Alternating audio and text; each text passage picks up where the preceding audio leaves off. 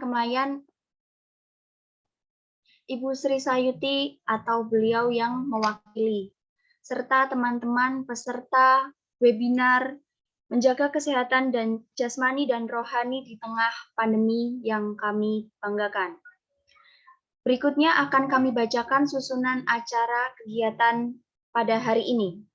Yang pertama, acara hari ini akan dimulai dengan pembukaan, dilanjutkan dengan pemateri yang akan disampaikan oleh Elizabeth Bunga, kemudian akan dilanjutkan dengan sesi tanya jawab, kemudian dilanjutkan dengan pemateri kedua yang akan disampaikan oleh Mbak Poppy, kemudian dilanjutkan dengan sesi tanya jawab kembali, dan acara hari ini akan ditutup dengan penutupan. Menuju kegiatan yang pertama, akan langsung saja kami berikan kepada pemateri yang pertama, yakni Mbak Bunga. Kepada Mbak Elizabeth Bunga, kami persilakan. Oke, sebenarnya suara saya masuk ya? Masuk Mbak Bunga, aman. Oke, bisa minta tolong dari host untuk play video. Oke, sebelum menunggu, mungkin saya buka dulu ya. Selamat pagi Bapak Ibu dan teman-teman semua di Kelurahan Kemayan. Senang sekali rasanya saya, Elizabeth Bunga, bisa diperkenankan untuk boleh nih mengisi materi pada pagi hari ini, yaitu tentang nafsa. Nah, sebelum saya melanjutkan ke materi, mungkin kita mau play video dulu supaya mungkin ada gambaran ya nafsa itu kayak gimana sih, terus kasusnya seperti apa gitu. Oke, silahkan dari host. Saya seorang ibu biasa, ibu yang mencintai dan menempatkan keluarga di atas segalanya. Mungkin seperti Anda juga. Impian saya sederhana, membahagiakan keluarga, juga membesarkan anak yang berbakti dan berprestasi. Baiklah anak-anak. Seluruh waktu dan tenaga saya kerahkan untuk mewujudkannya. Tapi tentu saja, hidup tidaklah mudah. Ya, ibu jatuh. Udah gak apa-apa. Ayo ikut gua. Ayo. Sebaik apapun kita berusaha, ada hal-hal yang memang tak terduga. Dan terkadang itu di luar kuasa kita.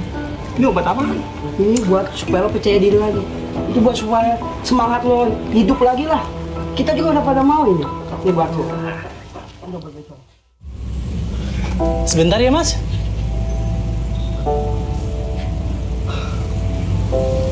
Aduh, kemana sih anak? Gimana Pak hari ini? Angga, makan dulu nak. Angga. Lihat tuh. Hati-hati ya Pak. Iya, assalamualaikum. Waalaikumsalam. Salam. Angga makan dulu. Angga, ada yang tinggal.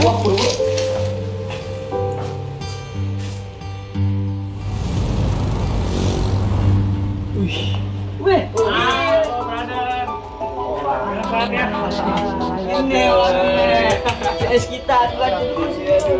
Ini dong nongkrong buat kita ya kak.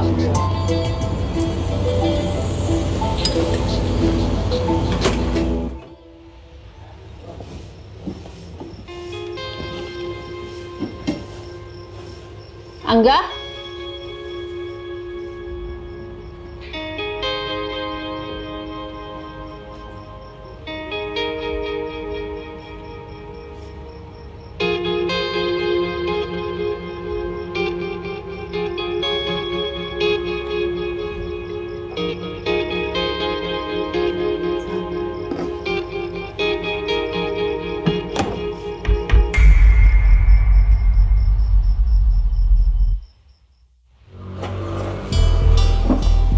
Bu, Angga minta uang dong buat uang ngekos. Angga, ini apa? Semalam ibu nemuin di kamar kamu. Ini bukan punya Angga, Bu. Ini punya teman Angga.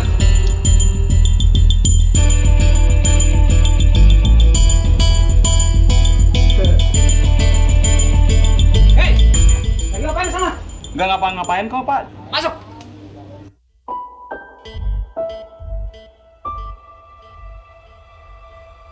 Akhir-akhir ini bengkel Bapak sepi deh. Tapi yang ngebantuin nggak tahu kemana.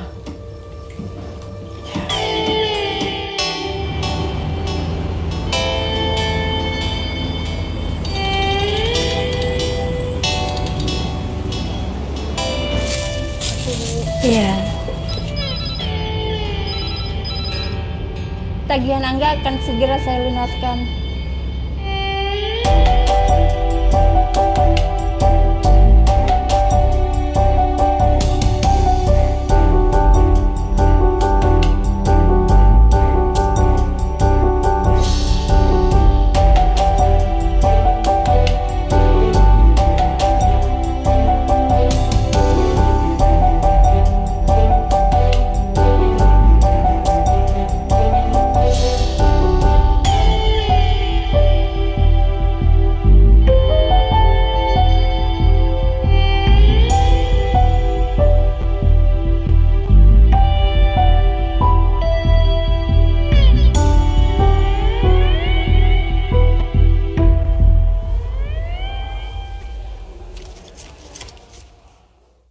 Boleh Pak bajunya? Penjahitnya dijual, Mbak. Oh iya Bu, dijual. Masih bagus nih ya? Masih bagus, boleh dicoba kok Bu Di atas ya. ya. Berapa harganya, Mbak? 200 Bu. Nggak kurang nih. Udah harga pas itu. Oke deh, saya ambil ya. Angga, mau kemana?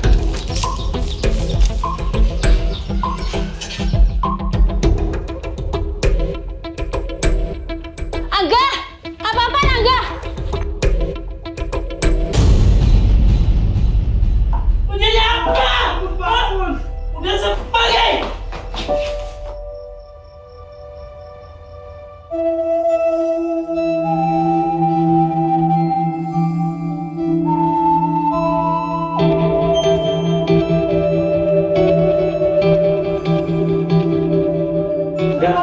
Enggak. Sadar nggak?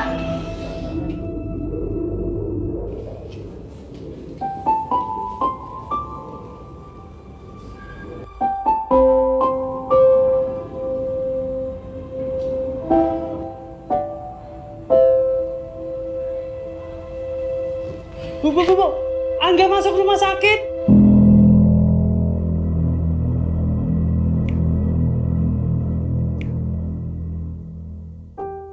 Kita tidak akan pernah tahu apa yang akan menimpa keluarga kita, anak kita. Bisa jadi itu merupakan hal buruk, sebuah tragedi ataupun musibah yang membuat hati kita remuk.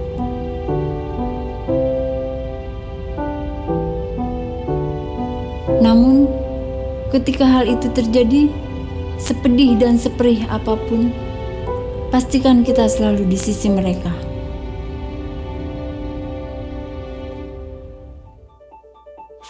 Zaman memang sudah berubah, dan untuk menjadi orang tua yang baik, selalu penuh dengan tantangan. Bersikap acuh dan masa bodoh bukanlah jawaban. Dukungan, kasih sayang dan perhatian kitalah yang akan melindungi mereka dari narkoba. Pak, Bu, ikut aku kantor yuk. Kita mesti berkomunikasi, senantiasa terbuka, dan saling berbagi saat suka maupun duka. Kita tidak boleh menyerah, karena kepada kitalah mereka bergantung. Anda adalah secercah cahaya. Anda adalah harapan.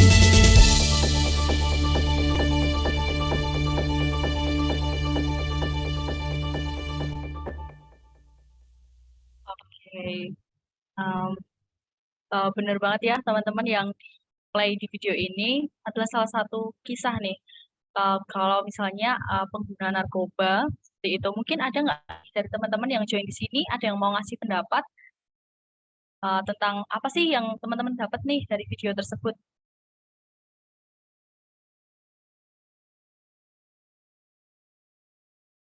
Mungkin ada?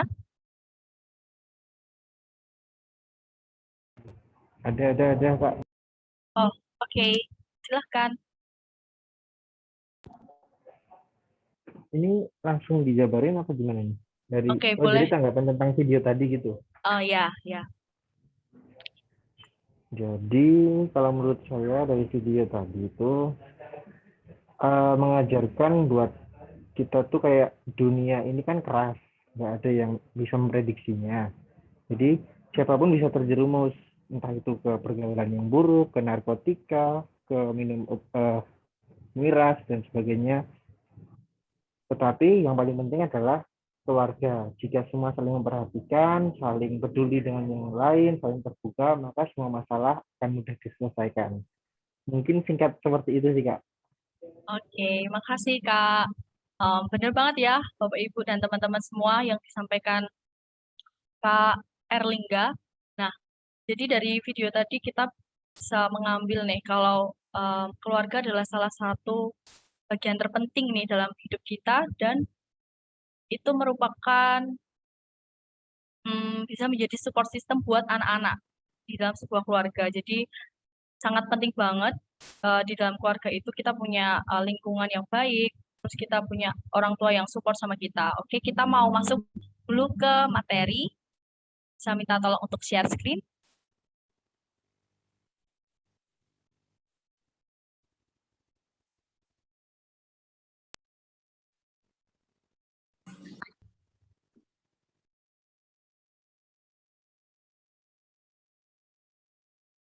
Oke, oke. Jadi pagi hari ini kita akan sharing, aku akan sharing teman-teman tentang apa sih itu nafsa.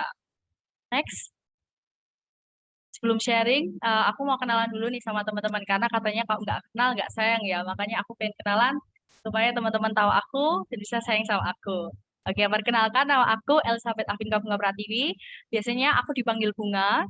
Em, aku adalah Gila Genre, generasi berencana, favorit di Kota Surakarta tahun 2020, jadi sudah tahun kemarin. Dan saat ini aku mahasiswa nih semester 7 di Universitas Setiabudi.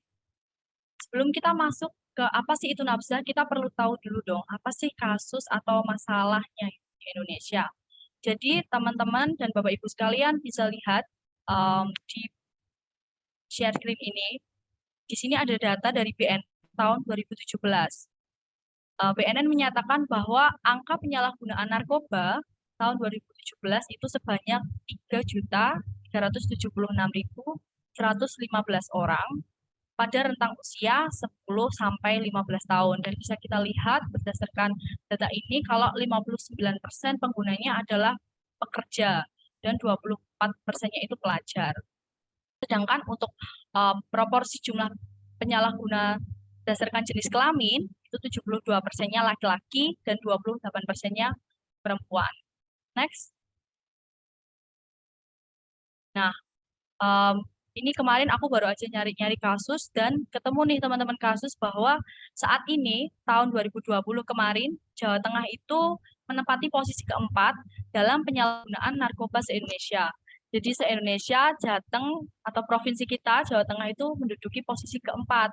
Bahkan kasus penyalahgunaannya narkoba itu sebanyak 195.000 kasus. Jadi benar-benar sekarang baru banyak banget ya. Bahkan kalau teman-teman up to date nih sama berita-berita terkini, artis-artis itu banyak banget yang kena. Terus ada juga dari kayak pemerintah, kayak anggota dewan, seperti itu banyak juga yang menyalahgunakan narkoba ini. Nah, terus kita mau tahu nih, apa sih sebenarnya nafsa itu? Next.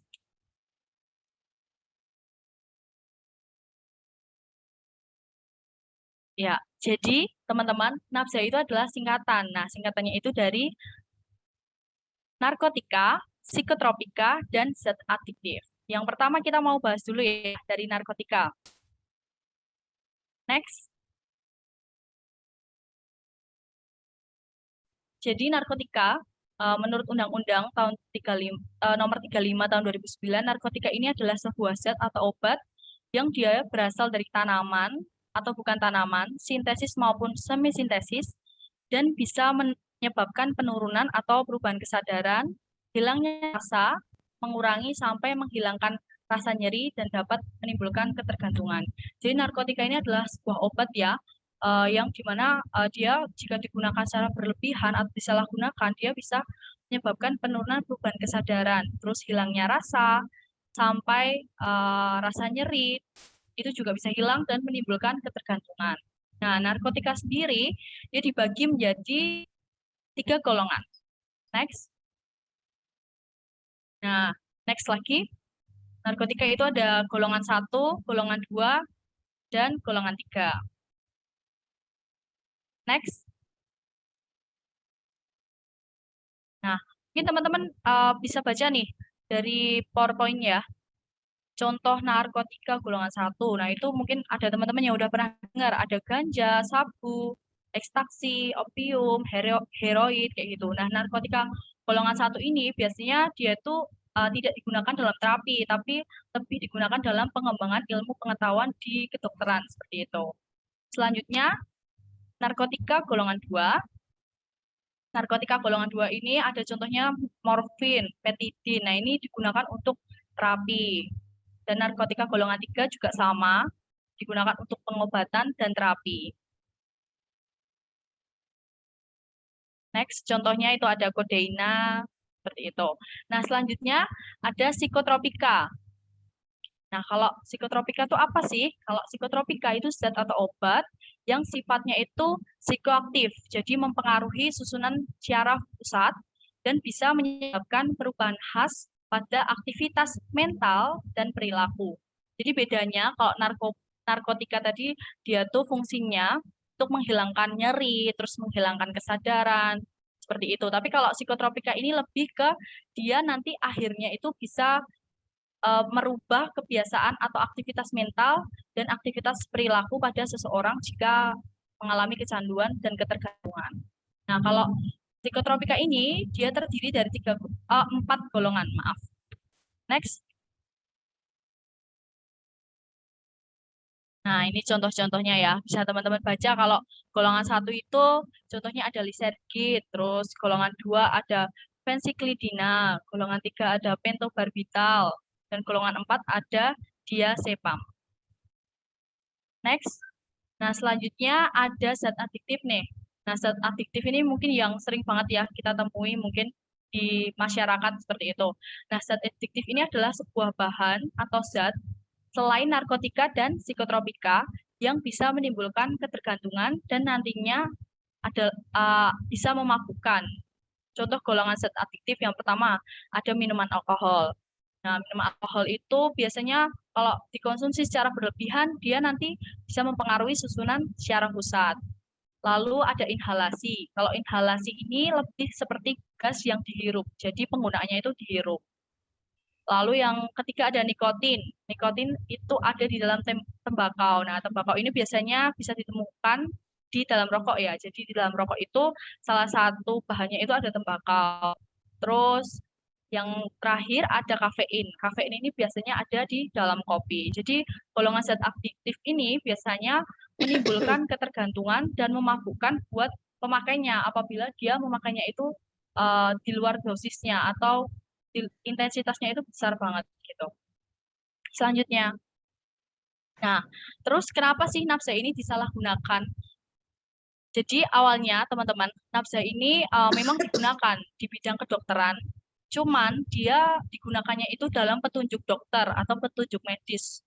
Misalnya nih dalam kedokteran itu kan ada obat bius. Nah, pasti di obat bius itu ada nih sedikit dikasih narkotika, tapi dalam dosis yang sudah ditunjukkan oleh dokter. Nah, kenapa nafza ini disalahgunakan? Nafza itu bisa disalahgunakan ketika pemakaian itu di luar petunjuk dokter dan intensitasnya itu rutin, sekurang-kurangnya 1 bulan, gitu ya. Next. Nah, selanjutnya ada penggolongan pemakai nafza. Jadi biasanya kalau teman-teman di genre itu, kita menggolongkan pemakai nafza itu menjadi 4 penggolongan. Ada yang pertama pemakai coba-coba. Nah, kalau pemakai coba-coba ini biasanya kayak si Angga tadi di film. Dia tuh kayak coba-coba pengen tahu kayak gitu kan. Dari temennya ada yang ngasih tahu ke dia, kamu nyoba dong ini enak kok, bisa bikin kita jadi tenang, bisa bikin kita jadi happy kayak gitu. Nah, jadi Angga tadi tergolong pemakai coba-coba karena dia pengen tahu, terus temennya ada yang ngasih tahu. Terus yang kedua ada juga pemakai sosial atau rekreasi. Kalau pemakai sosial atau rekreasi ini, biasanya penggunaan mereka itu berkelompok. Jadi misalnya ada party atau party pesta gitu kan, pesta ulang tahun atau apapun itu. Terus mereka bersenang-senang di party itu, dan akhirnya mereka pakai nafza bareng-bareng secara berkelompok. Terus selanjutnya ada juga nih pemakai situasional. Pemakai situasional ini biasanya memakai nafza itu di saat dia itu lagi stres atau depresi. Jadi nafza ini dipakai dia untuk menghilangkan nih rasa stres dan depresi kayak gitu. Karena kan nafza ini dia bisa menjadikan seseorang itu lebih tenang gitu. Terus yang terakhir ada pemakai ketergantungan. Nah, kalau ketergantungan ini adalah pemakai yang dia tuh nggak bisa kalau tidak menggunakan nafza. Jadi bagi dia, nafza ini sudah menjadi kebutuhan sehari-harinya. Gitu. Next.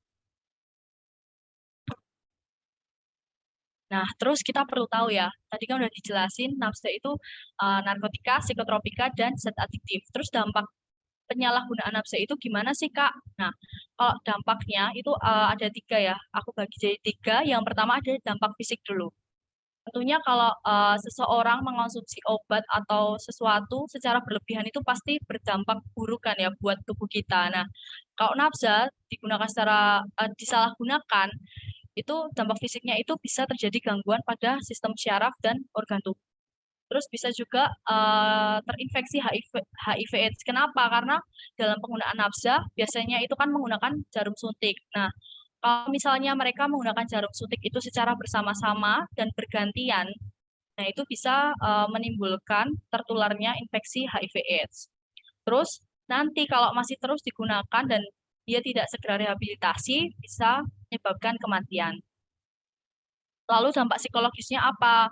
Setelah dampak fisik atau secara jasmani ya, dampak bagi psikologis kita atau mental kita tuh banyak banget teman-teman nih. Kita pasti jadi sulit berkonsentrasi kayak gitu.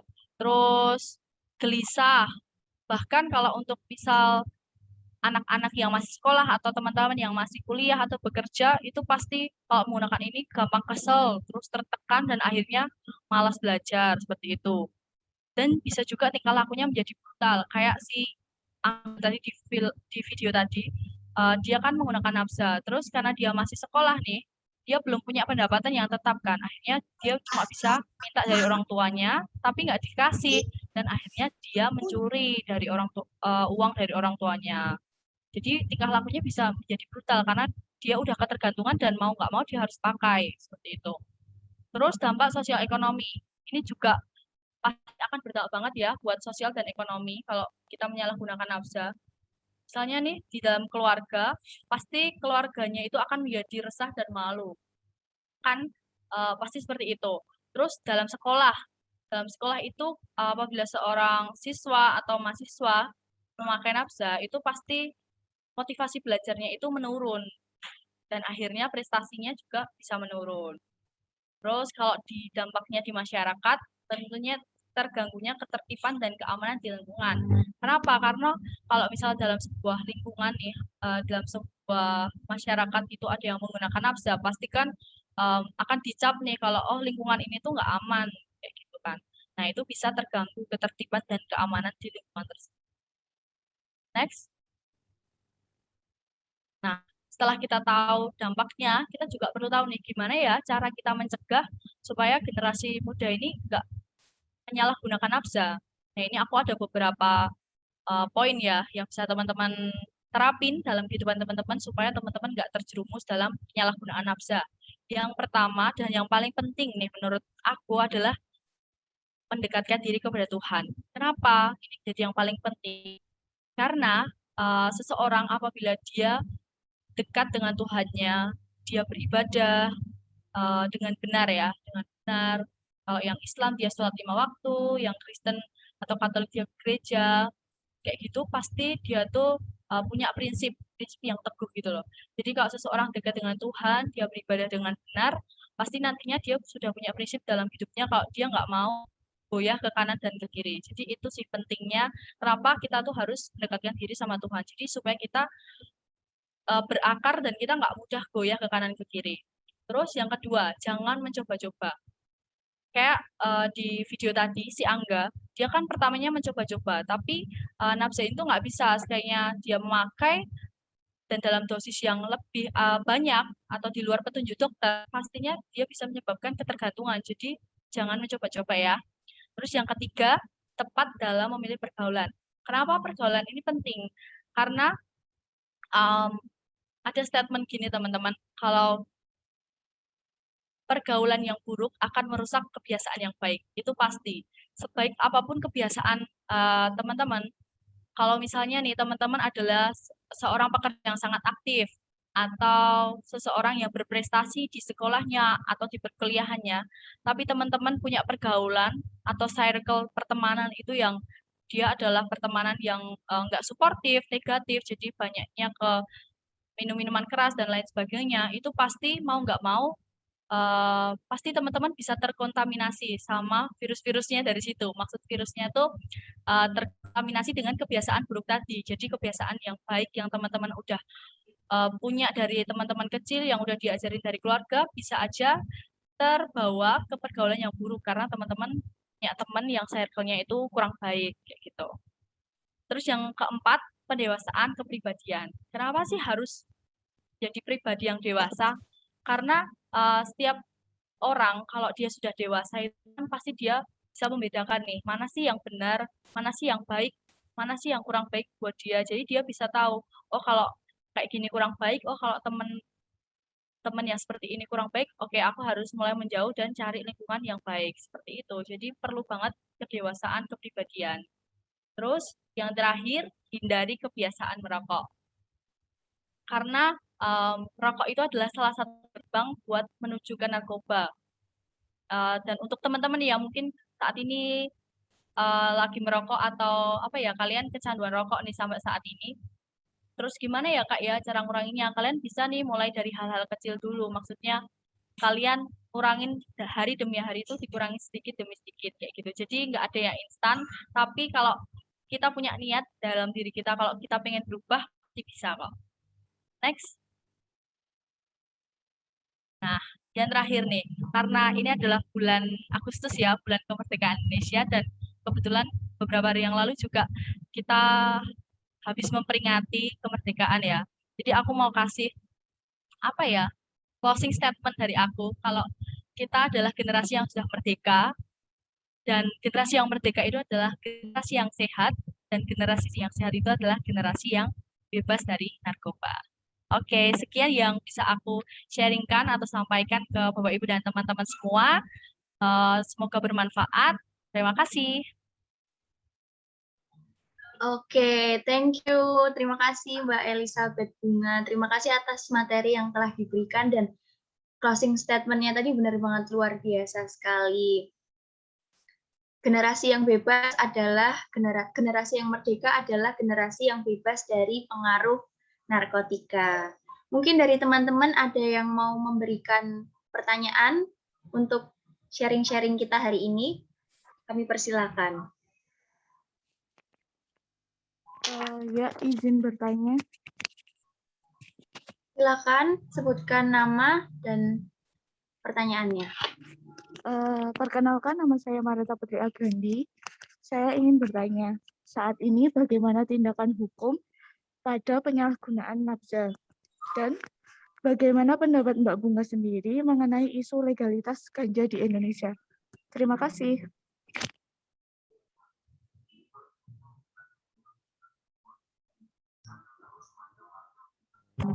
Ini langsung aku jawab atau bagaimana Mbak Narsya? Boleh langsung dijawab Mbak Bunga. Oke, jadi aku ulang ya, tadi pertanyaannya bagaimana sih saat ini di Indonesia terkait kasus narkoba dan pendapat aku terkait legalitas ganja ya.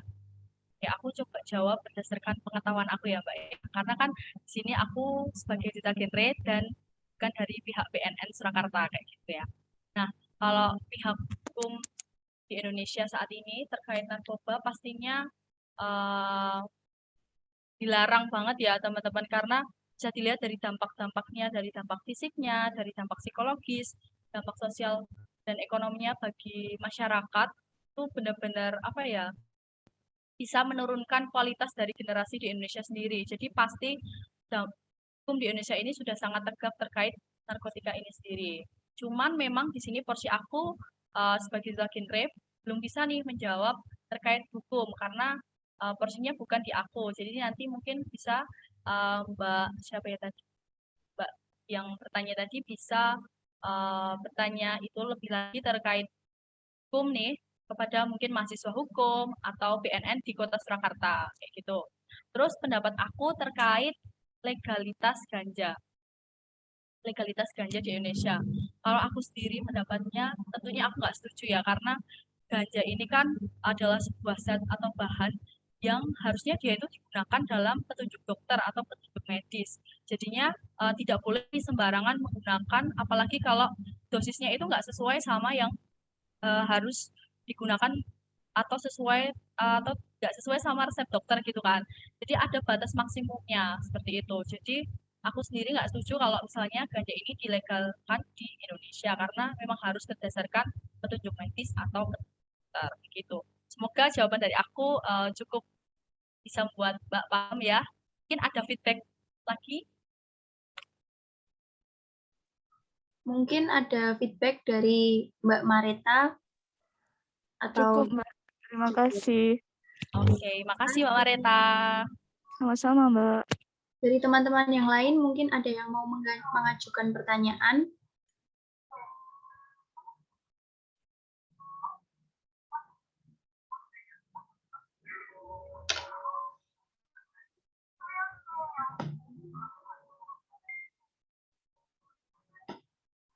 Mungkin sesi ini bisa kita cukupkan, Mbak Elizabeth Bunga, karena sudah tidak ada yang bertanya lagi.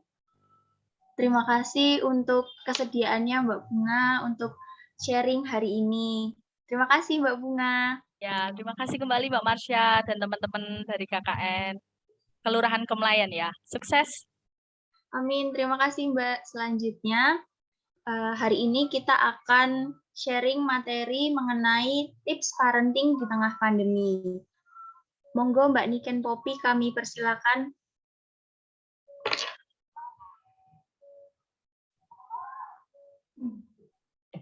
Ya, sebelumnya terima kasih ya, suara saya bisa didengar? Bisa Mbak. Oh ya, oke. Sebelumnya terima kasih gitu kepada, saya panggilnya teman-teman atau teman-teman saja nggih. Saya juga masih belum lama juga. Saya juga lulusan dari UNS, sebagai PAUD UNS tahun 2015. Jadi ya rentangnya nggak begitu jauh seperti itu. Jadi saya panggilnya teman-teman dan mungkin di sini juga ada Bapak ataupun Ibu yang juga sudah bergabung seperti itu nggih. Nggih. Sebelumnya Assalamualaikum warahmatullahi wabarakatuh. Waalaikumsalam warahmatullahi wabarakatuh. Ya, di sini nanti saya akan menyampaikan sedikit tentang terkait parenting dan mungkin nanti akan lebih banyak terkait tanya jawab ataupun sharingnya saja, karena yang namanya parenting itu sebenarnya kan suatu ilmu yang sangat luas sekali, gitu. Jadi dari berbagai permasalahan kemudian kita sharingkan, dan bahkan ketika kita sharingkan setiap hari pun seperti itu tetap akan selalu ada permasalahan seperti itu. Jadi yang namanya perkembangan, kalau yang namanya pertumbuhan itu otomatis bisa kita ukur seperti itu. Tapi yang namanya perkembangan itu bisa insidental, bisa berubah-ubah seperti itu. Nah, mungkin itu sebagai awalan, minta tolong untuk di share screen atau dari saya yang share screen ya.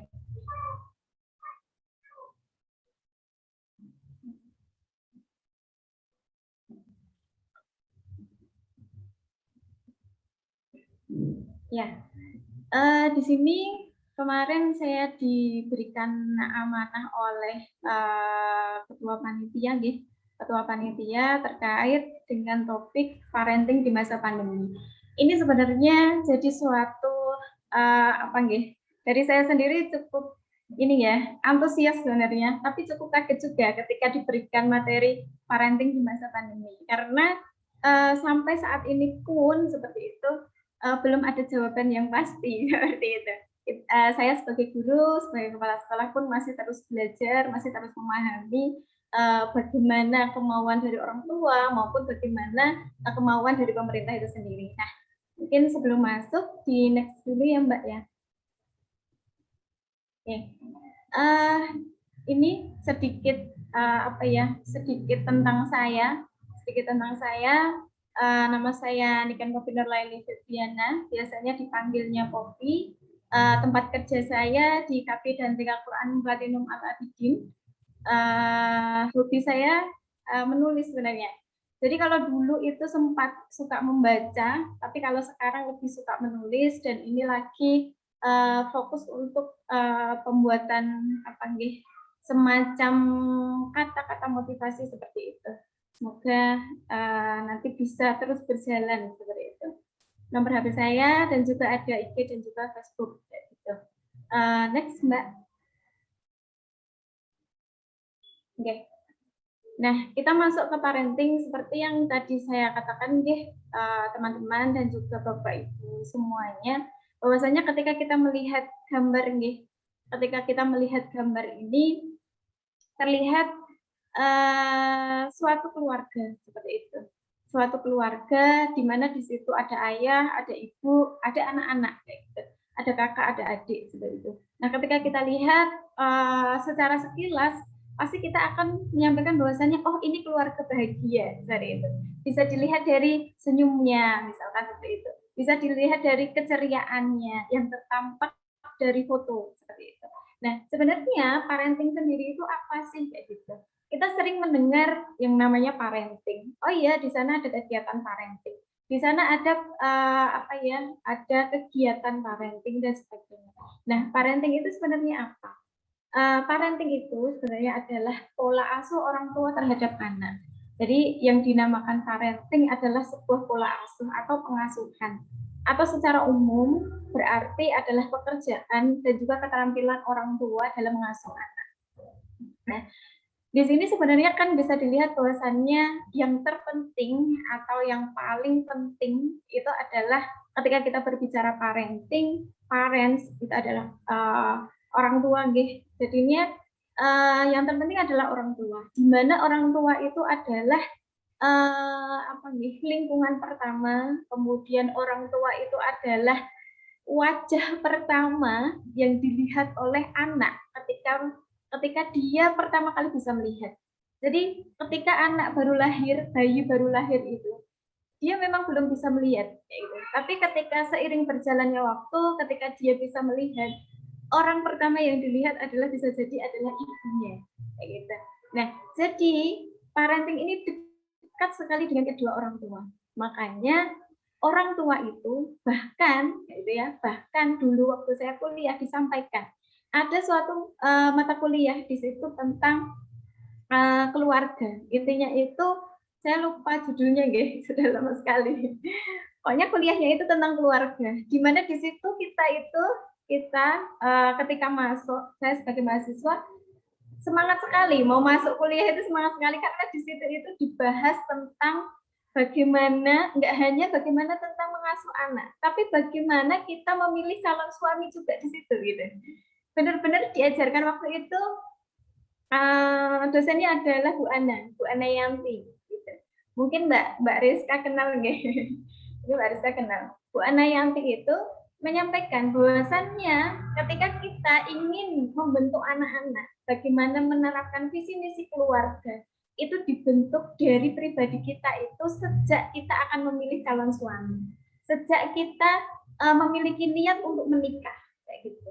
Nah, di situ itu sudah kita siapkan visi misi itu. Jadi ketika kita akan, misalkan saya memilih laki-laki ini, gitu kan, laki-laki ini sudah menyampaikan proposal ta'arufnya ke kita, gitu kan, seperti ini, visinya seperti ini, cocok enggak dengan kita, seperti itu. Nah, kalau cocok, oke, lanjut ya. Mungkin seperti itu, gitu. Jadi memang seperti itu, pemilihannya itu dari sejak lama. Nah, ketika anak itu sudah lahir, nah orang tua ini sejatinya sudah punya visi misi keluarga, sudah punya gambaran, anakku nanti ingin tak jadikan ini, anakku nanti ingin tak arahkan ke sini, sekalipun nantinya itu ada suatu perubahan. Tapi yang pasti visi-visi itu sudah harus disiapkan. Seperti itu. Nah, kemudian ada yang namanya program parenting. Program parenting itu adalah salah satu upaya untuk meningkatkan kualitas pola asuh orang tua guna membangun karakter positif pada anak. Nah, program parenting ini salah satu cara saja, kayak gitu. Hanya salah satu cara untuk membantu orang tua. Karena sejatinya yang punya visi misi adalah orang tua, bukan suatu lembaga parenting, bukan orang lain, kayak gitu. Karena orang lain ini otomatis dia punya visi misi untuk anaknya sendiri, seperti itu.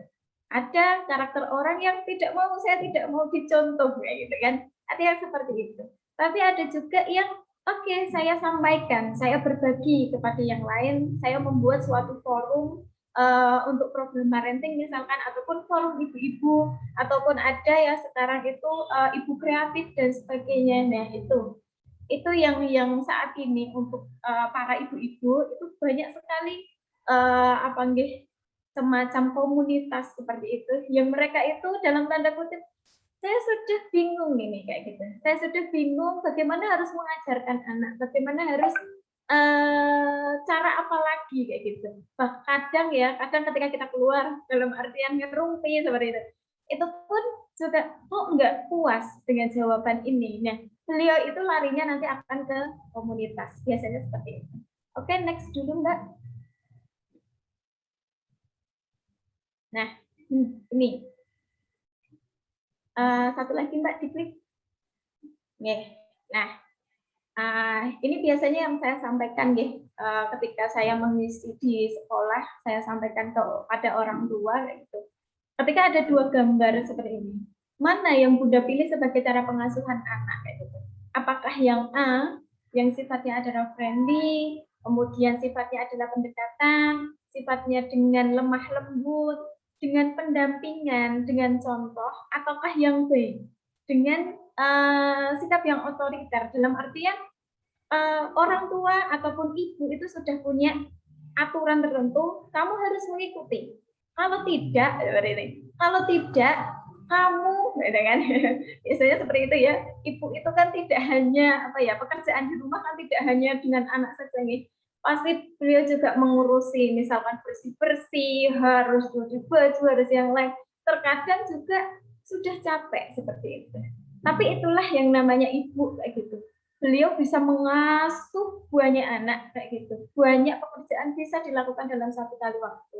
Tapi terkadang ibu itu juga yang namanya manusia tidak bisa lepas dari yang namanya semua rasa ataupun semua emosi kayak gitu. Emosi itu kan ada yang positif, ada yang negatif ya. Yang namanya manusia tidak bisa terlepas dari itu. Nah, biasanya orang tua ketika saya berikan dua gambar ini, beliau secara serentak akan memilih gambar yang A kayak gitu. Ya, semua memilih gambar yang A. Bahkan ada yang menyampaikan saya ingin yang A, tapi terkadang saya dominan yang B seperti itu. Ya, manusiawi sekali seperti itu. Tapi di sini yang ingin saya sampaikan adalah saya suka sekali melihat melihat dan juga mengorek, ataupun saya lebih kepo ya kalau bahasa anak sekarang adalah kepo kayak gitu. Saya suka kepo dengan teman saya yang dalam tanda kutip dia itu unik kayak gitu. Contohnya, saya punya teman kayak gitu. Dia itu selama berteman dengan saya, kalau sehari 2 hari saya tidak bisa menyimpulkan. Tapi teman saya ini saya sudah berteman dengan dia itu sejak kuliah awal. Jadi dari 2011 sampai sekarang 2021, 10 tahun ya, 10 tahun saya berteman dengan beliau. Tidak sekalipun saya tahu beliau itu marah kayak gitu. Tidak sekalipun saya tahu beliau itu marah. Saya tanya, kenapa kok kamu itu bisa tidak marah kayak gitu? Sekalipun melihat sesuatu ataupun dalam tanda kutip terzolimi ataupun tersakiti oleh orang lain, dia hanya diam kayak gitu. Dan tidak ada nada tinggi ataupun semacamnya kayak gitu. Saya tanya, oh ternyata beliau menyampaikan bahwasannya ayah saya kayak gitu, bapak saya itu tidak pernah dengan nada tinggi ke saya. Gitu. Bahkan kayak gitu, bahkan bapak saya itu tidak pernah menunjukkan marah di depan saya. Oh, ternyata seperti itu kayak gitu. Saya tanya lagi ke yang lain. Kemudian ada juga murid saya, misalkan kayak gitu kan. Kenapa ini anak bisa berteman baik dengan teman-temannya kayak gitu. Sementara yang satu ini misalnya di pendiam kayak gitu. Itu saya korek, saya cari tahu kayak gitu. Nah, ternyata pengasuhan orang tua itu sangat-sangat sekali berpengaruh dengan kehidupan anak kayak gitu. Kalau dia anak ini masih usia balita sebelum 5 tahun kayak gitu, ataupun masih dikatakan remaja kayak gitu, itu belum terlihat, benar-benar belum terlihat. Nah, ini pengasuhan orang tua ini akan terlihat, benar-benar akan terlihat ketika dia nanti dewasa, ketika nanti di dunia kerja. Benar-benar di dunia kerja itu tidak ada yang namanya kamu itu teman, kamu itu saya toleransi, kamu itu saya, oh ya nggak apa-apa, kamu berbuat ini nggak apa-apa. Nah, itu akan benar-benar terlihat kayak gitu. Bagaimana orang tua kita mengasuh. Ketika orang tua kita misalkan dalam keluarga yang keras kayak gitu kan, dalam keluarga yang ketika apa sedikit marah kayak gitu, ini akan menurun kayak gitu. Dalam artian ketika nanti di dunia kerja, ya ini yang akan ditunjukkan kayak gitu. Secara tidak langsung, dalam artian secara tidak sadar kita itu akan seperti itu kayak gitu, akan terbawa seperti itu. Nah, jadi sebisa mungkin dengan anak yang benar-benar berusaha menunjukkan yang terbaik. Next dulu, Mbak.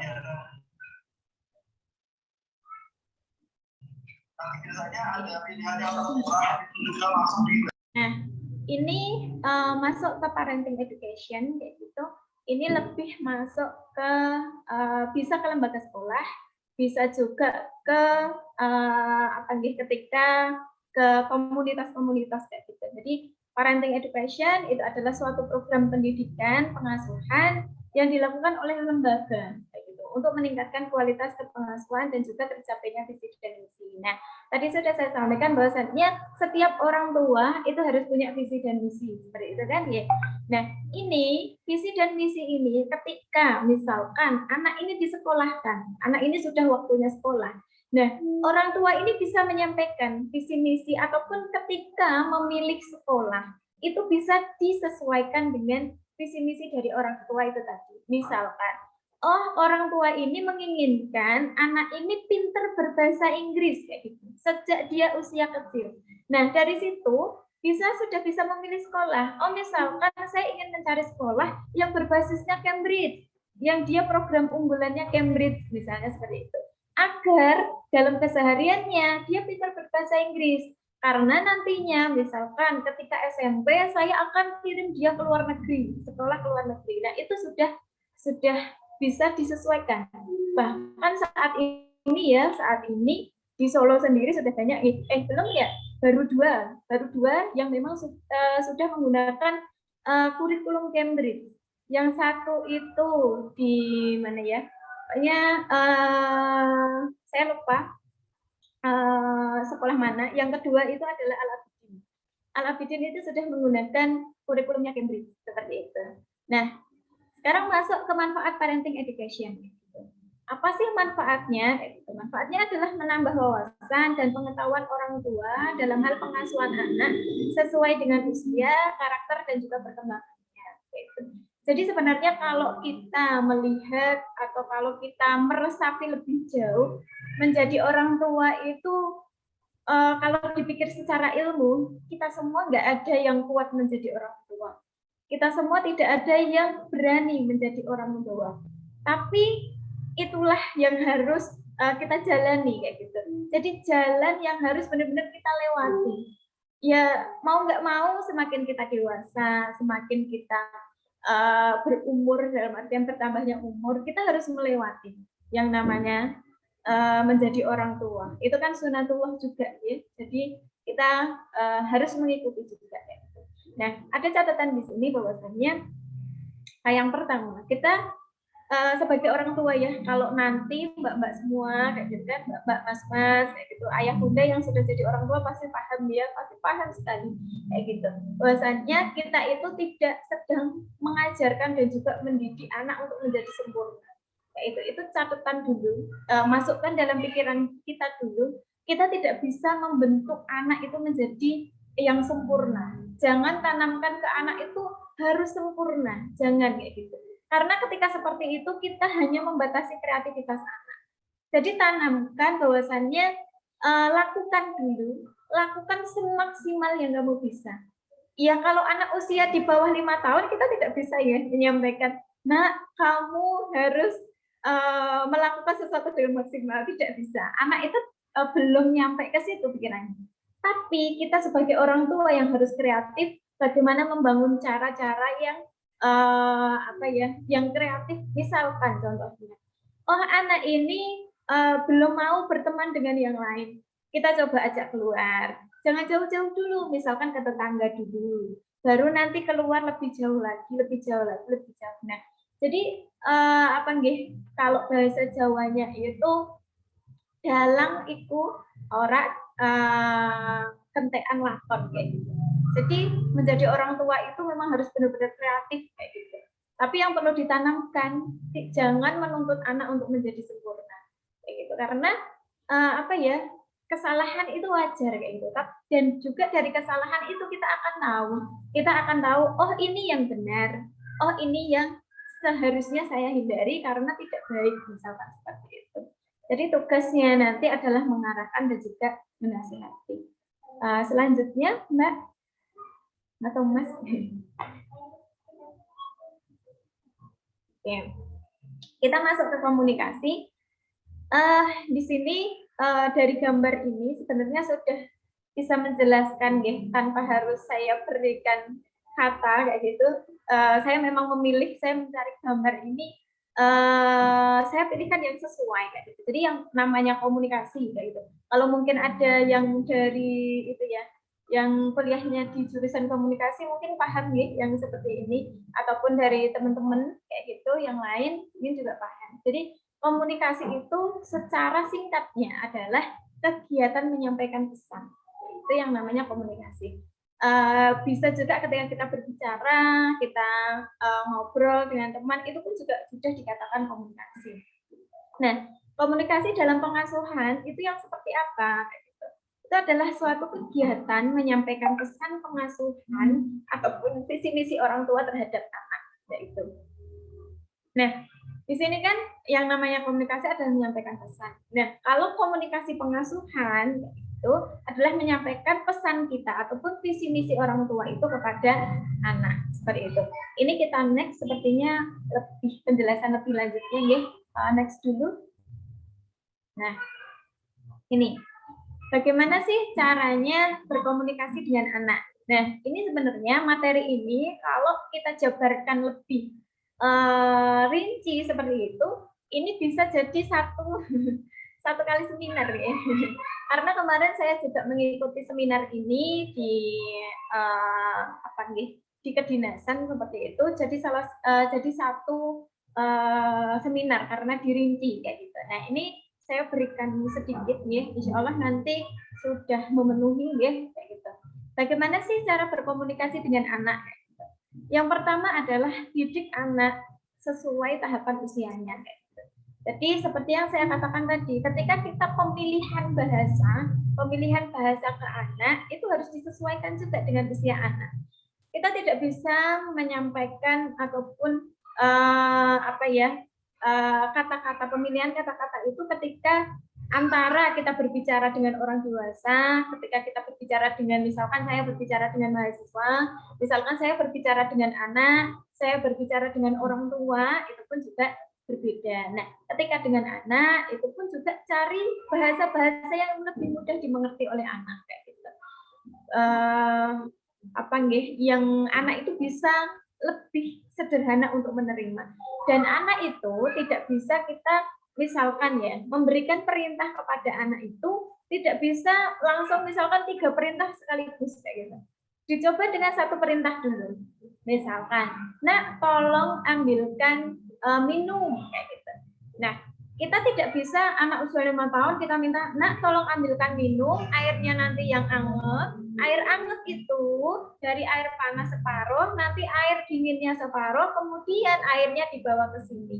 Nah, itu tidak bisa. Itu kan sudah 3 atau 4 perintah. Tidak bisa. Nanti yang diambil adalah yang terakhir. Jangan-jangan nanti gelasnya kosong dibawa ke sini, diberikan ke gurunya. Nah, seperti itu. Jadi, pemilihan bahasa, kemudian kata-kata itu memang harus disesuaikan. Yang kedua, ini yang paling penting adalah jangan mengambil alih tantangan anak. Ini biasanya kalau untuk mahasiswa sebagai persiapan ya, kayak gitu, persiapan nanti kayak gitu, ketika sudah berumah tangga ataupun ketika nanti mengajar kayak gitu. Jadi ketika mengajar, kalau mengajarnya masih anak-anak usia TK, SD, nah ini penting sekali. Jangan mengambil alih tantangan anak. Itu contohnya, bagaimana sih? Contohnya seperti ini. Misalkan kita punya anak usia 3 tahun, 4 tahun kayak gitu kan. Nah, anak usia 3 tahun, 4 tahun itu kan contohnya saja ketika memakai sepatu. Nah, ketika memakai sepatu, dia pasti lama, kayak gitu kan. Dia pasti lama sekali, bagaimana caranya, bahkan kebalik juga. Yang kanan dipakai kiri, kiri dipakai kanan. Nah, kalau orang tua itu tidak sabar kayak gitu, ataupun wis lah bendang kayak gitu. Ini nanti akan dipakaikan oleh orang tua. Nah, ini adalah contoh mengambil alih tantangan anak. Padahal anak ini tadi sedang belajar bagaimana cara memakai sepatu kayak gitu. Nah, inilah kayak gitu. Jangan sampai hal-hal yang seperti itu diambil alih orang tua, nanti yang pintar orang tua. Nah, nanti ketika anak ini dewasa, ketika anak ini nggak bisa, baru orang tua bilang, nah, aku kok nggak bisa kayak gitu misalnya. Kamu tuh kok nggak bisa papa misalkan kayak gitu. Nah, harusnya kan itu dikembalikan ke orang tua. Orang tua berpikir lagi, oh iya ya, dulu aja kayak gitu kan. Waktu pakai sepatu tak pakaikan, mau minum tak minumkan misalkan ya itu. Gelasnya udah dipegang, udah tinggal masukin ke mulut. Nah, itu kan tantangan anak yang diambil oleh orang tua. Terkadang memang melelahkan Bapak Ibu semua ya, melelahkan sekali, saya tahu kayak gitu, melelahkan sekali menunggu anak yang belajar, padahal anak belajar dari usia 1 sampai 5 tahun itu kan full belajar itu, dan belajarnya itu adalah suatu pembiasaan, maksudnya pembelajaran pembiasaan yang ada di rumah. Jadi kan kayak misalkan memakai baju, mandi sendiri, itu kan bagi orang tua pembiasaan, dan itu bagi orang tua gampang sekali. Tapi itu bagi anak suatu belajar yang terkadang itu, oh ya, mandi itu seperti ini toh, harus begini, ambil airnya dulu baru diguyurkan. Kadang guyur aja juga cuma separuh, yang separuh masih kering kayak gitu. Nah, itulah kayak gitu yang seharusnya yang tadinya gemes pengen cepet, ayo cepet kayak gini. Ubah menjadi kata-kata yang positif, ubah menjadi sesuatu yang menyenangkan. Nah, yang ketiga, ini yang berkaitan dengan gambar yang tadi ya. Dengan gambar yang tadi mungkin juga kita sering mendengar, yaitu ajarkan anak adab sejak usia dini. Nah, bagaimana sih adab itu? Nah, ketika kita berbicara dengan anak, ini yang saya sering sekali sampaikan ke guru-guru saya, yang sering saya sampaikan juga ke teman-teman saya, bahwa ketika kita berhadapan dengan anak, entah itu dia hanya sekedar berjabat tangan dengan kita, ya kalau sebelum pandemi kan biasanya ketika pagi di sekolah itu kan itu ya ramai sekali ya, guru-guru itu sudah ada di depan gerbang, nanti anak-anak masuk itu kan bersalaman. Nah, itu ada titik poinnya. Ketika anak itu bersalaman, usahakan kita itu sejajar tingginya dengan anak. Itu adalah suatu bentuk penghormatan kita kepada anak, suatu bentuk penghargaan, apresiasi kepada anak. Kayak gitu. Anak itu senang sekali loh kayak gitu. Kita bisa menatap wajahnya, kita bisa menatap mata kayak gitu. Kita bisa sejajar dengan dia secara tidak sadar, mereka bahagia sekali. Oh iya, guruku ini ternyata kok begini ya, sayang sekali dengan aku. Nah, anak itu kan rasanya itu kan lebih lembut seperti itu. Jadi yang pertama adalah posisi sejajar dengan anak, dan juga menatap mata ketika kita berbicara, ataupun bahkan hal sepele ketika tanya kayak gitu kan, usahakan kita itu sejajar dan juga menatap mata anak kayak gitu. Ketika dia bercerita panjang dan lebar, sebenarnya kita juga tahu maksudnya, bahkan tidak masuk akal juga. Contohnya misalkan, oh pesawat terbang kemarin itu ada di depan rumahku kayak gitu misalnya gitu. Turun di depan rumahku, kita dengarkan sambil menatap mata gitu. Nah, kita tidak bisa langsung aja, oh nggak mungkin, nggak bisa seperti itu. Oh iya, kita cari dulu, korek dulu. Oh iya, kemarin di depan rumah misalkan ini. Nah, pesawatnya itu besar atau kecil? Jangan-jangan itu pesawat-pesawatan ya gitu kan. Nah, kalau tadi kita sudah terlalu emosi, kalau nggak mungkin ini pesawat turun di depan rumah misalkan ini. Itu sudah membatasi kreativitas anak. Atau bisa jadi dia sudah nggak mau cerita lagi dengan kita kayak gitu. Nah, itulah berkomunikasi sebenarnya simpel tapi itu penting sekali kayak gitu. Nah, di sini saya berikan catatan juga ketika kita seolah lelah dengan anak gitu kan. Misalkan kita sudah punya anak ya kayak gitu. Rumah selalu berantakan misalkan dengan mainan kayak gitu kan. Anak ini sudah baju itu berapa menit kotor lagi, harus ganti lagi dan sebagainya seperti itu. Nikmati saja kayak gitu. Kita nikmati, kita syukuri gitu karena masa-masa itu nantinya ketika kita sudah misalkan sudah tua ataupun anak-anak kita itu sudah dewasa, sudah besar, belum sampai usia dewasa mungkin dia sudah SMP kelas 1 seperti itu. Dia nggak akan mungkin dekat-dekat dengan kita lagi, misalkan meluk-meluk kemana-mana harus ikut, digandeng kan nggak mungkin. Nah, makanya ketika mereka itu masih usia kecil, masih bergantung dengan kita manfaatkan saja. Dalam artian kita menikmati saja momen-momen itu kayak gitu. Capek iya kayak gitu, capek pasti menjadi orang tua itu capek, tapi kita ambil sisi positifnya saja. Seperti itu. Oke, next.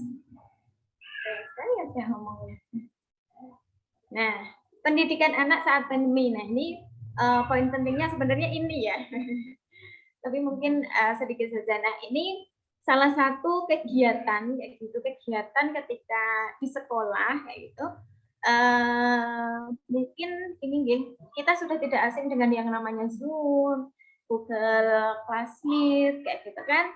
Tapi kalau sekarang lebih banyak ke Zoom ya, orang tua juga lebih familiar ke Zoom juga kayak gitu kalau untuk anak-anak usia TK seperti itu. Lebih banyak nge-zoom juga kayak gitu. Nah, di sini sebenarnya dilema juga kayak gitu kan. Apa sih yang harus kita sampaikan ke anak? Kan nggak mungkin juga setiap hari anak-anak diberikan tugas, ngambil tugas ke sekolah, nanti dikerjain di rumah, selesai kembalikan lagi. Itu kalau sekolah-sekolah yang bonafit atau sekolah-sekolah yang besar itu sudah banyak ditinggalkan yang seperti itu. Jadi kita lebih suka langsung kayak gitu bertatap muka secara virtual kayak gitu. Jadi sebenarnya pandemi ini banyak memberikan manfaat, banyak juga membawa kita untuk lebih kreatif kayak gitu. Contohnya saja, sebelum ada punya pandemi, kita mungkin tidak tahu ya yang namanya Zoom itu apa kayak gitu kan, yang namanya Google Classmeet itu apa kayak gitu kan. Kemudian adanya video, mungkin HP bagi orang tua ya, mungkin HP itu hanya sekedar berkirim pesan secara tertulis kayak gitu. Nah, kalau sekarang orang tua, kalau dengan tanya ke orang tua nih, Bapak Ibu mungkin ya, ketika kita tanya HP ini selain untuk chat, untuk apa lagi? Pasti beliau bisa menerangkan secara detail. Oh, bisa untuk video call yang ada gambarnya misalkan saja.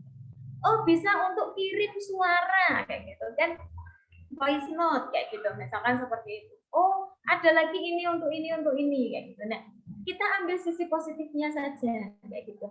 Nah, contohnya seperti ini, anak-anak sudah bisa di depan layar, anak-anak ini sudah bisa mendengarkan gurunya, sudah bisa berinteraksi. Nah, contohnya seperti itu. Oke, next.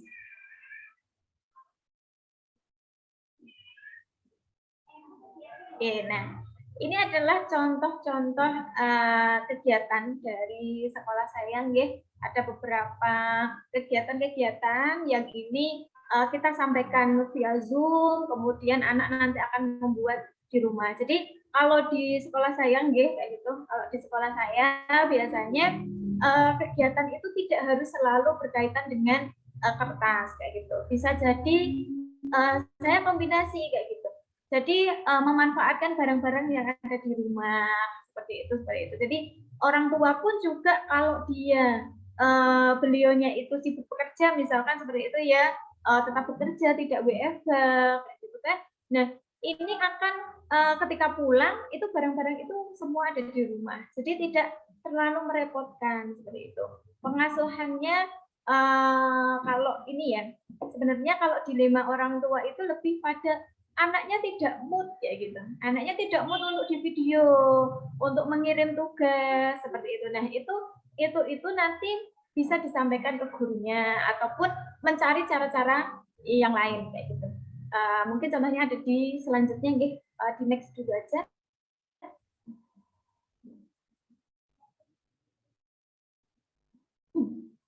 Nah, ini yang pertama lewat ya, Mas. Oke.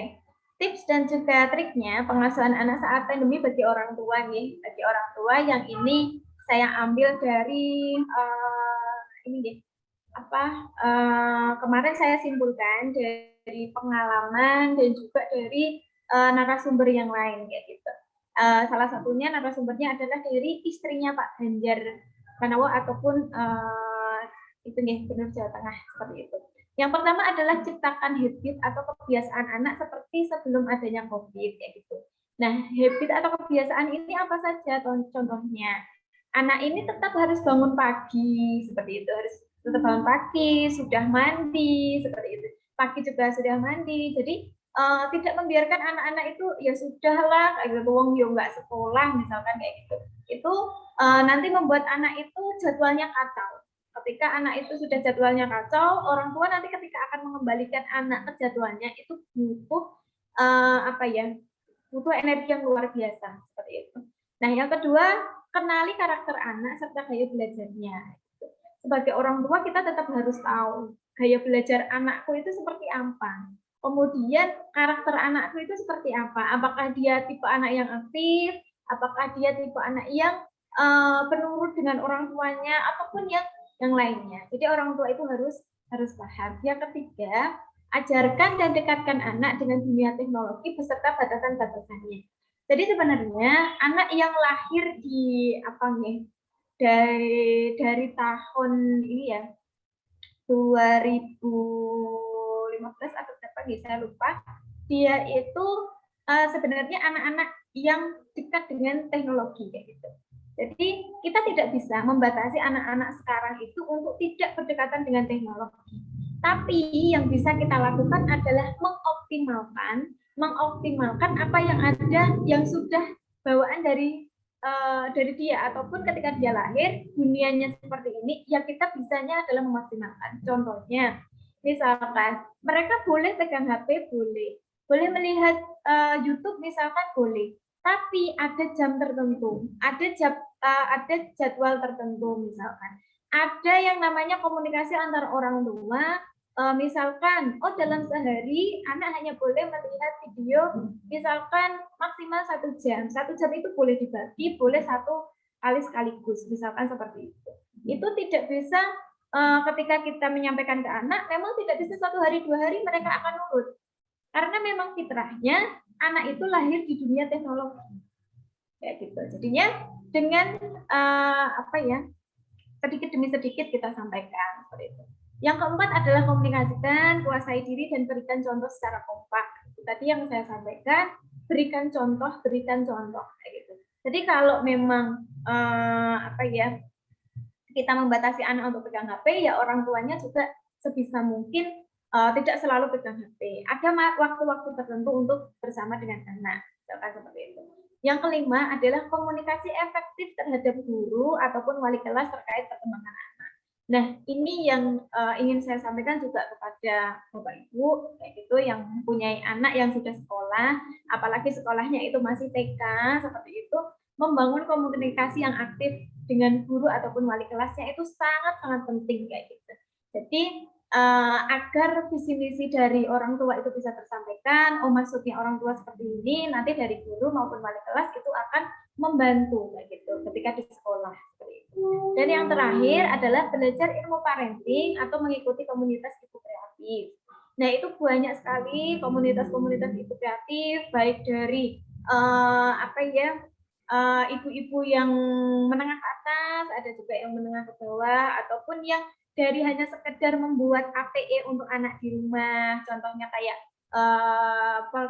komunitas ibu-ibu Montessori, misalkan seperti itu yang sekarang lagi booming Montessori, nggih. Nah, itu banyak sekali yang bisa kita belajar kayak gitu, kita belajar. Mungkin itu yang bisa saya sampaikan, nggih. Mohon maaf kalau banyak sekali yang saya sampaikan. Saya tuh suka bercerita sebenarnya. Saya suka bercerita, saya suka ngobrol kayak gitu. Jadi kalau diberikan materi sedikit bisa sampai lama sekali. Mohon maaf sekali kalau melebihi waktu seperti itu. Mungkin itu. Baik, terima kasih atas ilmu yang telah diberikan oleh Mbak Niken Poppy. Mungkin selanjutnya diberikan waktu untuk teman-teman bertanya kepada Mbak Niken Poppy. Boleh ya, Mbak? Ya.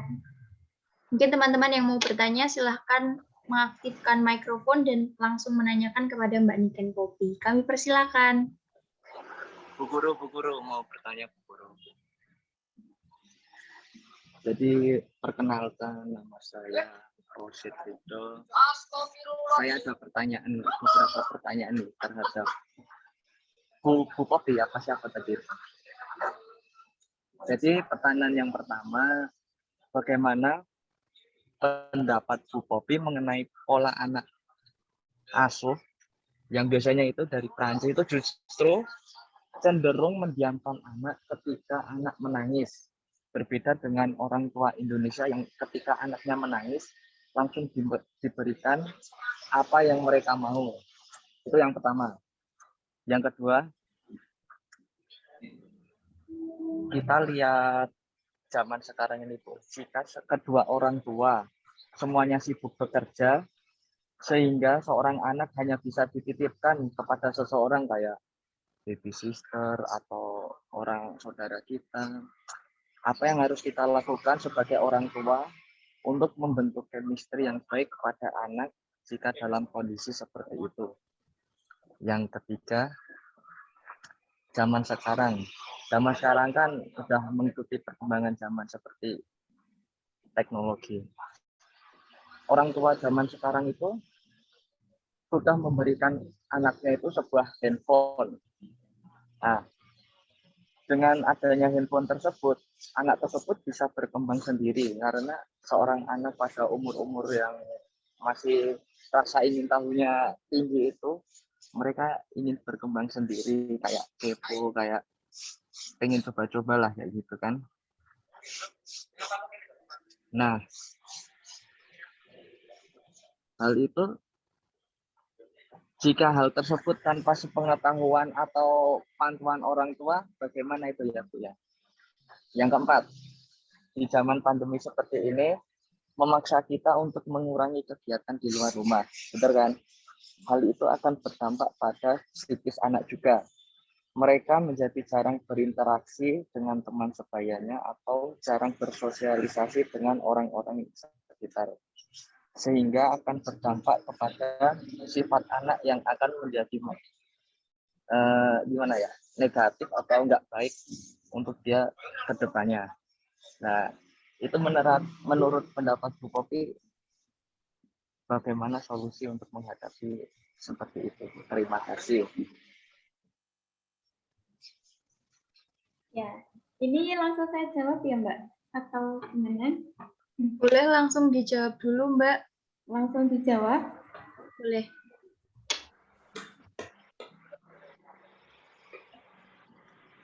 Ini langsung dijawab ya, Mbak? Ya, Mbak, langsung dijawab aja. Oh, ya. Oke. Tadi pertanyaannya lumayan banyak ya, Bapak ya. Oke, insyaallah. Yang pertama terkait ini saya simpulkan, anak menangis langsung diberikan apa yang dia mau, gitu kan? Tadi kayaknya saya agak delay nih tadi. Kayaknya tadi mengambil contohnya itu kalau di luar negeri itu boleh kayak gitu ya, atau gimana tadi ya? Tapi kalau di sini di Indonesia itu kan daripada anak nangis, mending langsung diberikan, kayak gitu kan? Nah, kalau dari pandangan saya sendiri kayak gitu, sebenarnya ketika anak itu menangis, gitu kan? Atau tadi kan kalau di luar negeri menangis itu adalah hal yang biasa. Sedangkan kalau di Indonesia anak menangis sedikit seperti itu bisa jadi tetangganya bisa datang semua, nanyain ngapain kok nangis dan sebagainya. Kayak gitu. Kalau dari saya sendiri, saya juga punya adik kecil kayak gitu ya. Saya punya adik kecil dan saya juga di sekolah ada banyak anak-anak. Saya pernah ikut suatu seminar ataupun pembelajaran bersama seperti itu, bahwasannya ketika anak menangis itu adalah suatu ekspresi kayak gitu. Jadi yang namanya anak itu butuh yang namanya ekspresi. Ekspresi itu tidak selalu harus dengan tersenyum, harus selalu ceria, kayak gitu tidak. Menangis itu juga salah satu ekspresi. Kalau dari saya sendiri, anak menangis saya biarkan dulu. Tapi tetap saya dekati kayak gitu. Tetap saya dekati, bahkan kalau bisa saya peluk dulu kayak gitu. Kalau dulu sebelum pandemi ya, kalau sekarang paling bisanya hanya mendekati kayak gitu. Biarkan dia menangis, biarkan dia mengeluarkan emosinya dulu. Karena percuma ketika anak itu menangis ataupun dalam tanda kutip yang paling parah adalah tantrum kayak gitu, kita minta untuk diam. Itu sudah tidak mungkin kayak gitu. Mereka yang ada akan jauh lebih nangis, jauh lebih mengekspresikan lagi kayak gitu. Nah, seperti itu, nanti kalau sudah mulai dia tenang seperti itu, baru kita tanya kenapa menangis, mintanya apa dan sebagainya kayak gitu. Nah, kalau yang ditanyakan itu terkait bagaimana sih kok orang tua ini misalkan ketika anak nangis langsung diberikan dan sebagainya kayak gitu kan, kita tidak bisa orang tua untuk urus begini dan sebagainya. Yang bisa kita atur adalah diri kita sendiri. Kalau dari saya sebagai pengajar, sebagai guru seperti itu, dan mungkin sebagai orang tua, ketika saya melihat anak saya nangis, saya biarkan dulu menangis kayak gitu. Bahkan ya ketika anak itu contohnya dia meminta untuk sesuatu barang kayak gitu. Dia itu dalam tanda kutip tidak hanya menangis, tapi dia itu sampai teriak-teriak dan sebagainya seperti itu. Yang saya katakan ke anak tidak langsung diem nak kayak gitu, diem nak, malu-maluin misalkan kayak gitu, tidak. Tapi saya gini, oke, diberikan kayak gitu untuk awalannya gitu. Ya dikasih, tapi bilang yang manis dulu, bilang yang lembut dulu, misalkan sama ibu kayak gitu, bilang yang lembut kayak gitu, ataupun bilangnya pelan-pelan. Kalau saya membahasakan ke anak, karena anak ini usianya baru 2 tahun ya, saya bilang pelan-pelan kayak gitu, bilangnya pelan-pelan. Ibu nggak tahu kayak gitu. Nah, ketika seperti itu, anak itu akan merespon kayak gitu kan. Oh, bilangnya pelan-pelan. Minta ini, sekalipun masih agak nangis-nangis kayak gitu, dia akan menyampaikan. Misalkan minta roti kayak gitu, lebih pelan lagi, misalkan kayak gitu, sambil mengembalikan moodnya dia kayak gitu. Kalau dari saya selama ini yang saya lakukan seperti itu. Itu jawaban yang pertama. Yang kedua, ketika orang tua itu adalah wanita karir misalkan gitu, ayahnya juga bekerja kan, otomatis anak ini kalau tidak ikut simbahnya kayak gitu kan, orang tua dari bapak ibunya, bisa jadi ini diasuh oleh babysitter ataupun pengasuhnya. Nah, ini tadi biasanya kan anak akan berbeda juga atau dalam tanda kutip tidak terurus seperti itu oleh orang tua. Tidak selamanya seperti itu. Saya sampaikan tidak selamanya seperti itu karena yang saya lihat selama saya menjadi guru, tetap ada orang tua yang sekalipun beliau itu misalkan dari pagi sampai sore beliau bekerja, tapi sampai rumah itu masih mengirimkan tugas, masih berkomunikasi dengan gurunya, masih yang lain sebagainya. Tapi memang banyak juga orang tua yang terkadang udahlah borong dan sebagainya. Tapi kita sebagai misalkan calon orang tua ataupun mungkin saat ini kita sebagai orang tua kayak gitu, misalkan kita kerja, contohnya misalkan saya juga bekerja sampai sore baru pulang seperti itu. Nah, ketika pulang inilah kita curahkan kasih sayang kita dekati anak, kita tanya misalkan hal sepele yang kita tanyakan, tapi berarti untuk anak adalah hari ini kamu bermain apa? hari ini kamu bersama siapa, seperti itu. Jadi memang benar kita tidak bisa memberikan anak itu dari segi materi saja. Kalau hanya dari segi materi, mungkin mereka akan memiliki segalanya. Contohnya misalkan mainan semuanya bisa kebeli, tapi rasa, kemudian perhatian itu tidak bisa terbeli. Dan sebenarnya yang dibutuhkan oleh anak-anak itu yaitu perhatian dan sebagainya, seperti itu. Sekalipun itu dengan pengasuh, tapi ketika kita di rumah, manfaatkan waktu itu untuk bersama dengan anak, seperti itu. Kemudian yang ketiga, anak tidak bisa lepas dengan gadget ya, ataupun anak itu zaman sekarang kan dominan dengan gadget kayak gitu. Nah, ketika contohnya misalkan mereka membuka YouTube ya, yang biasanya banyak sekali berseliweran iklan yang tidak seharusnya dilihat oleh anak, seperti itu kan. Nah, ingin coba-coba membuka dan lain sebagainya. Kalau mungkin anak usia TK mungkin belum bisa ya membuka itu juga belum paham juga. Tapi untuk anak usia SD itu sudah bisa mungkin ya mencoba-coba membuka yang lain dan ini apa sih, penasaran dan sebagainya, seperti itu. Nah, sebenarnya ini ya tadi yang saya sampaikan bahwasanya ada komunikasi yang intens kayak gitu antara anak dan juga orang tua. Makanya komunikasi itu sangat-sangat penting bagi orang tua sekalipun anak itu sudah dewasa. Gitu. Sekalipun anak itu sudah dewasa. Contohnya, sekalipun panjenengan misalkan panjenengan yang sudah kuliah sekalipun ya kayak gitu. Kalau orang tua panjenengan itu masih bertanya kayak gitu kan, misalnya pergi kemana, gitu, dengan siapa dan sebagainya, itu adalah suatu sebenarnya anugerah yang luar biasa kayak gitu. Anugerah yang luar biasa yang diberikan Allah ke orang tua kayak gitu. Bagaimana orang tua itu masih benar-benar memantau kita kayak gitu, memantau kita. Kadang kan ketika sudah kuliah misalkan, ya wis kamu mau kemana terserah, kayak gitu. Kamu sudah dewasa dan sebagainya kayak gitu. Bukan dalam tanda kutip tidak percaya, tapi lebih memantau kayak gitu. Contohnya itu tadi. Nah, kalau anak usia SD, kita kan bisa lihat gadgetnya kayak gitu kan. Sekalipun diberikan sendiri kayak gitu, misalkan diberikan sendiri khusus misalkan untuk sekolah kayak gitu. Kita kan bisa lihat juga riwayatnya kayak gitu kan. Dia tadi ngelihat apa saja kayak gitu. Nah, kalau dia sudah mulai menyimpang, kita berikan punishment kayak gitu kan. Punishment yang tegas misalkan. Ini tidak boleh. Kenapa ini tidak boleh? Kita ajak diskusi. Kalau anak SD sepertinya sudah mulai bisa kita ajak diskusi. Kenapa ini tidak boleh dilihat? Kenapa ini seperti ini dan sebagainya, seperti itu. Kemudian yang terakhir, ketika pandemi kayak gitu, kegiatan di rumah itu terbatas ataupun jarang bersosialisasi, bagaimana sih membangun anak ini untuk tetap bisa bersosialisasi dengan orang lain ketika harus keluar. Jadi begini, kalau pandemi di awal-awal dulu dari bulan Maret 2020 kalau nggak salah ya, 2020 atau 2019 yang pertama kali adanya pandemi, memang benar-benar kita tidak boleh keluar ya, kita tidak boleh keluar kayak gitu. Tapi kalau sekarang kayak gitu kan, kita paling enggak kalau ke depan rumah kayak gitu kan, yuk misalkan beli apa kayak gitu kan, ya tetap bersosialisasi kan dengan orang lain. Dan ini juga tidak terlepas dari pengasuhan orang tua ketika di rumah.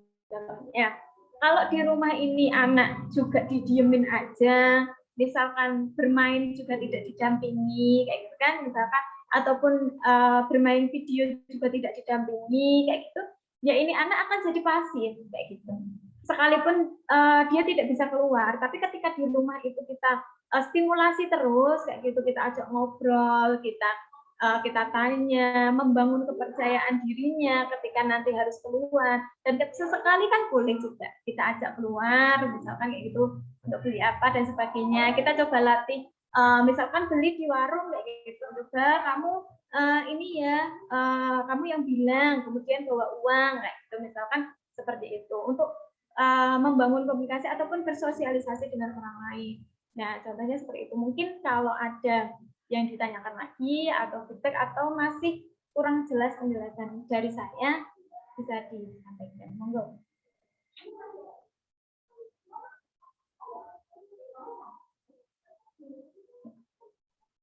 Apakah ada feedback dari penanya kepada pemateri? Cukup, terima kasih. Terima kasih. Bisa dilanjutkan ke penanya selanjutnya. Jika ada yang mau bertanya, silakan menyalakan mikrofon, memperkenalkan diri, dan langsung saja memberikan pertanyaan kepada pemateri. Saya ingin bertanya ya, Mbak Marsha.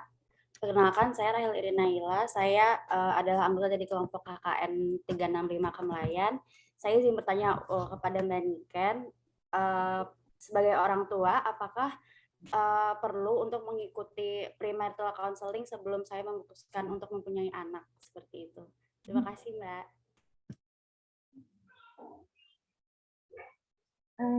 Satu saja ini.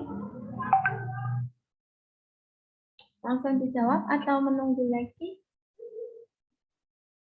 Langsung dijawab? Langsung dijawab aja, Mbak. Ini pertanyaannya bagus sekali ya. Kayaknya bagus sekali. Jadi apakah perlu sih kita membangun konseling dulu sebelum kita memiliki anak kayak gitu? Kalau tadi saya katakan bahwasannya visi misi yang akan kita berikan ke anak itu sudah kita persiapkan sebelum kita memilih calon suami. Nah, ketika kita akan memiliki anak kayak gitu, itu jauh lebih penting lagi kayak gitu. Perlu sekali kita bertanya kayak gitu, kita bertanya ataupun kita mencari tahu. Kita kan banyak sekali kayak misalkan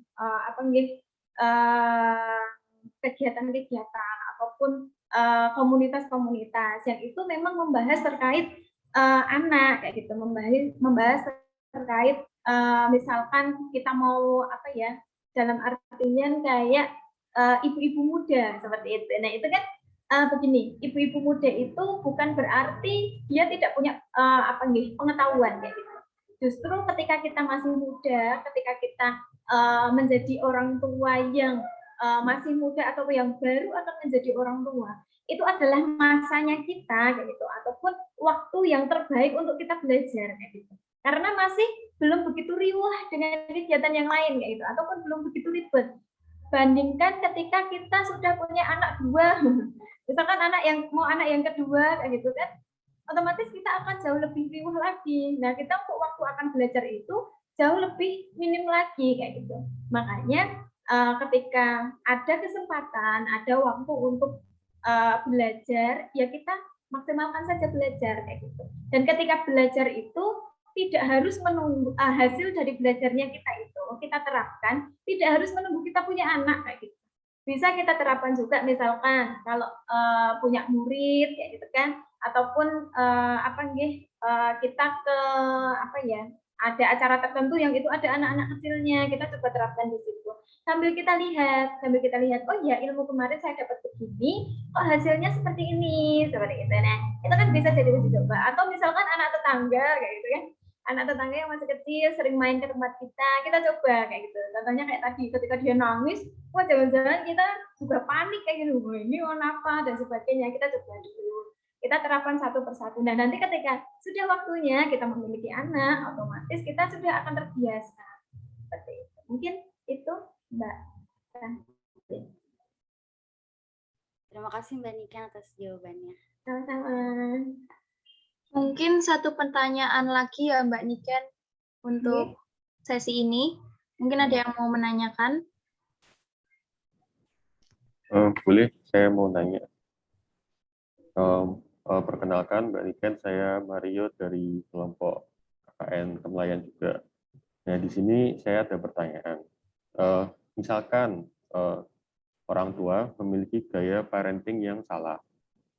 Nah, itu bagaimana sih cara memutuskan gaya parenting ini sehingga sang anak kedepannya nanti tidak mengadopsi gaya parenting yang salah ini gitu. Jadi gimana cara untuk membenarkan gaya ini ke anak yang dididik dengan gaya yang salah gitu. Terima kasih Mbak. Ya, langsung saya jawab ya. Nah ini yang mungkin ini juga ya pertanyaan yang masih sering saya terkadang tanyakan ke teman-teman saya, gitu kan. karena saya itu tipe orang yang kepo tadi kayak gitu, kepo dengan pengasuhan kayak gitu kan. Misalkan teman saya yang ini kok sikapnya seperti ini, teman saya yang ini sikapnya seperti ini, kemudian anak ini kok sikapnya seperti ini, kayak kan. Nah, itu kan ketika saya tahu, oh iya, karena orang tuanya emang seperti itu, gitu kan. Contohnya misalkan dia itu suka ketika berbicara itu nadanya keras, misalkan ya, dalam artian kayak sebenarnya dia itu bicaranya biasa, tapi menurut kita, kok kamu itu kok teriak-teriak, misalkan kayak gitu kan. Ketika kita cari tahu, oh ternyata orang tuanya juga seperti itu. Nah, kayak gitu kan. Sebenarnya ini ya, kalau misalkan saya itu adalah lahir dari orang tua yang memang misalkan orang tua saya itu gaya pengasuhannya adalah otoriter, misalkan kayak gitu. Ataupun dia itu ya harus sesuai dengan aturan. Nek enggak, ya kamu tak marahin kayak gitu. Kamu ya tak salah-salahin, misalkan kayak gitu. Nah, ataupun misalkan saya itu lahir dari gaya pengasuhan orang tua yang kalau salah sedikit marah kayak gitu. Salah sedikit marah kayak gitu. Marahnya itu langsung gini gitu kan, langsung di depan anak dan sebagainya. Nah, ketika nanti kita dewasa, misalkan ketika sudah masuk ke dunia kerja, kita kan akan bertemu dengan berbagai macam orang. Nah, di situ semoga kayak gitu kan, karena ada juga yang nggak sadar kayak gitu kan. Semoga kita sadar kayak gitu. Ketika kita sadar, ya kita perbaiki mulai itu. Ketika kita tidak suka diperlakukan seperti itu oleh orang tua kita, misalkan, oh ya gaya pengasuhan bapak ibu saya seperti ini, saya nggak suka seperti ini kan, kayak gitu. Nah, ketika seperti itu, kita cari alternatif yang lain. Apa sih gaya pengasuhan apa lagi sih yang ada selain ini? Oh, teman saya gaya pengasuhannya seperti ini. Kok saya suka, misalkan kayak tadi, teman saya nggak pernah marah. Oh, ternyata bapaknya itu nggak pernah marah di depan dia. Kayak gitu. Bahasanya juga lembut, sekalipun dia berbuat salah, pasti dibelokkan ke yang bercanda, misalkan kayak gitu. Jadi nggak langsung dimarahin dan sebagainya. Oh, kok ini bagus, bisa kita ambil kayak gitu. Bisa kita ambil dan nanti kita terapkan ke anak kita. Kayak gitu. Ya, memang tidak bisa 100% sesuai dengan harapan kita ya. Contohnya misalkan tadi anak yang lahir dari orang tua yang pemarah, gitu kan.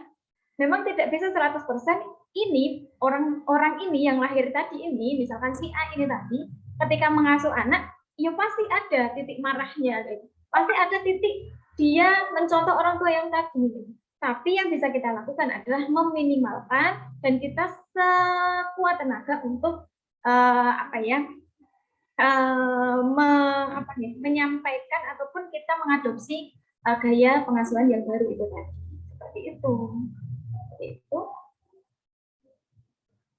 Mungkin ada feedback dari Mas Mario. Cukup. Terima kasih, Mbak Niken. Yes, sama-sama. Terima kasih Mbak Niken atas sharing-sharing kita hari ini. Sesi hari ini kita cukupkan, tapi sebelum kita mengakhiri sesi kita hari ini, alangkah lebih baiknya untuk kita mendokumentasikan kebersamaan kita hari ini. Mari teman-teman bisa kita on cam sebentar untuk mendokumentasikan ya. Nanti saya minta tolong kepada Mas Mario untuk dapat print screen. Oke, teman-teman, sambil kita menunggu teman-teman yang lain on cam. Mungkin sudah bisa Mas Mario di print screen mulai dari sekarang. 3, 2, 1. Sekali lagi ya. Iya. 3, 2, 1. Terima kasih sekali lagi saya ucapkan kepada pemateri webinar kita hari ini. Terima kasih kepada Ibu Tia selaku perwakilan dari Kelurahan Kemelayan yang telah berkenan hadir, serta teman-teman dari KKN 365 Kemelayan Surakarta yang telah mensukseskan acara kita hari ini. Semoga apa yang telah dipaparkan oleh dua pemateri kita hari ini bisa menjadi manfaat untuk kita ke depannya. Sekian dari kami, apabila ada salah mohon dimaafkan. Wabillahi taufiq wal hidayah. Wassalamualaikum warahmatullahi wabarakatuh. Waalaikumsalam warahmatullahi wabarakatuh.